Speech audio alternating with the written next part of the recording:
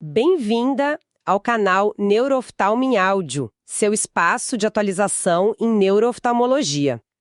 Hoje vamos discutir um tema multidisciplinar que envolve a neurooftalmologia, neurologia e obstetrícia, as principais complicações neurooftalmológicas na gravidez.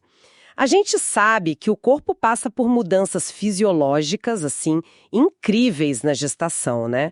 O volume de sangue aumenta em até 50%, o sistema de coagulação fica mais alerta.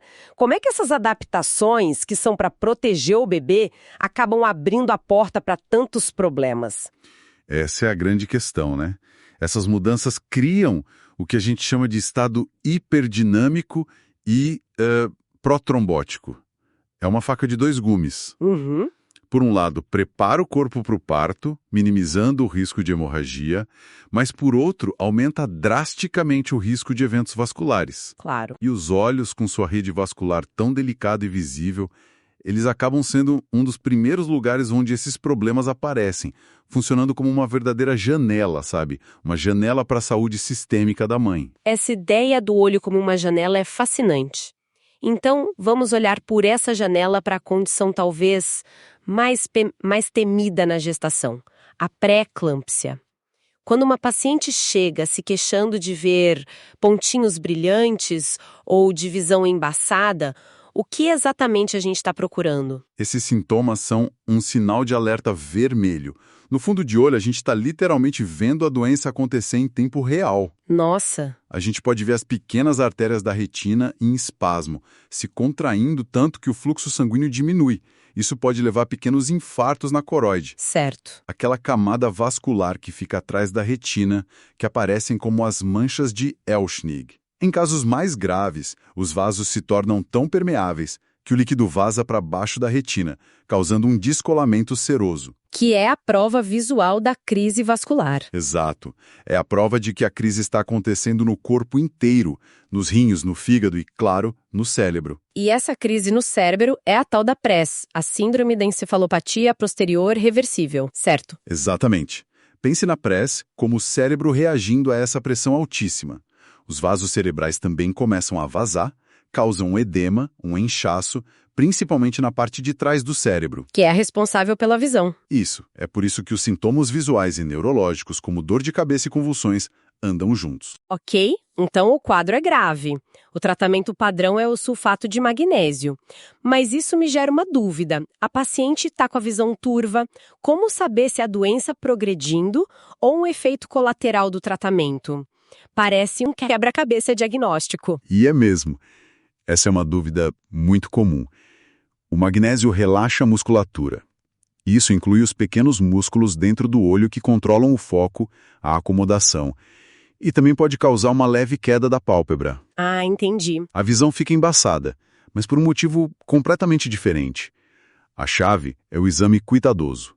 Se o fundo de olho está limpo, sem aqueles sinais de vasoespasmo ou descolamento que eu mencionei, a culpa provavelmente é do remédio, não da doença. Entendi. Então a pressão alta nas artérias é um grande vilão. Mas e quando o problema de pressão é dentro do crânio? Isso nos leva ao outro achado alarmante, o papiledema, o inchaço do nervo óptico. E aqui é a urgência máxima. Em uma gestante ou puérpera com papiledema, a primeira hipótese a ser descartada e rápido é a trombose de seio venoso cerebral. Um tipo de AVC, né? É um tipo específico de AVC, sim, em que um coágulo bloqueia uma das grandes veias que drenam o sangue do cérebro.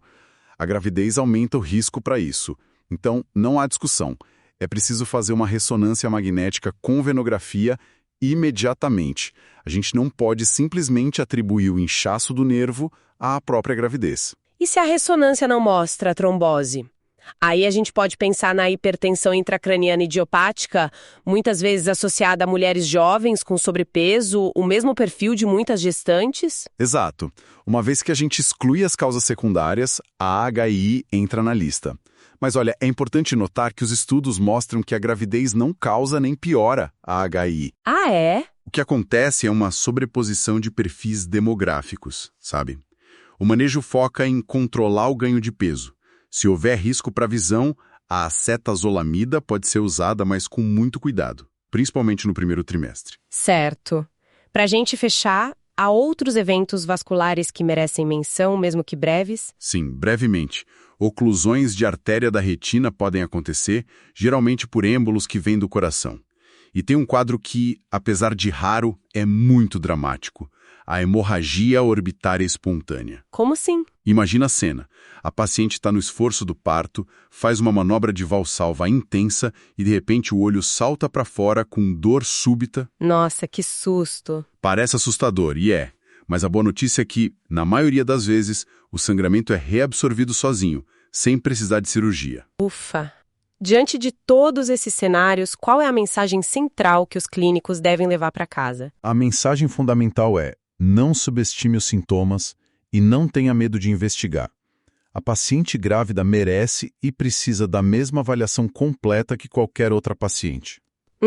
Adiar um exame de imagem essencial por medo dos riscos ao feto pode, na verdade, colocar ambos em um perigo muito maior. No fim das contas, tratar a mãe corretamente é a melhor forma de proteger o bebê. Perfeito.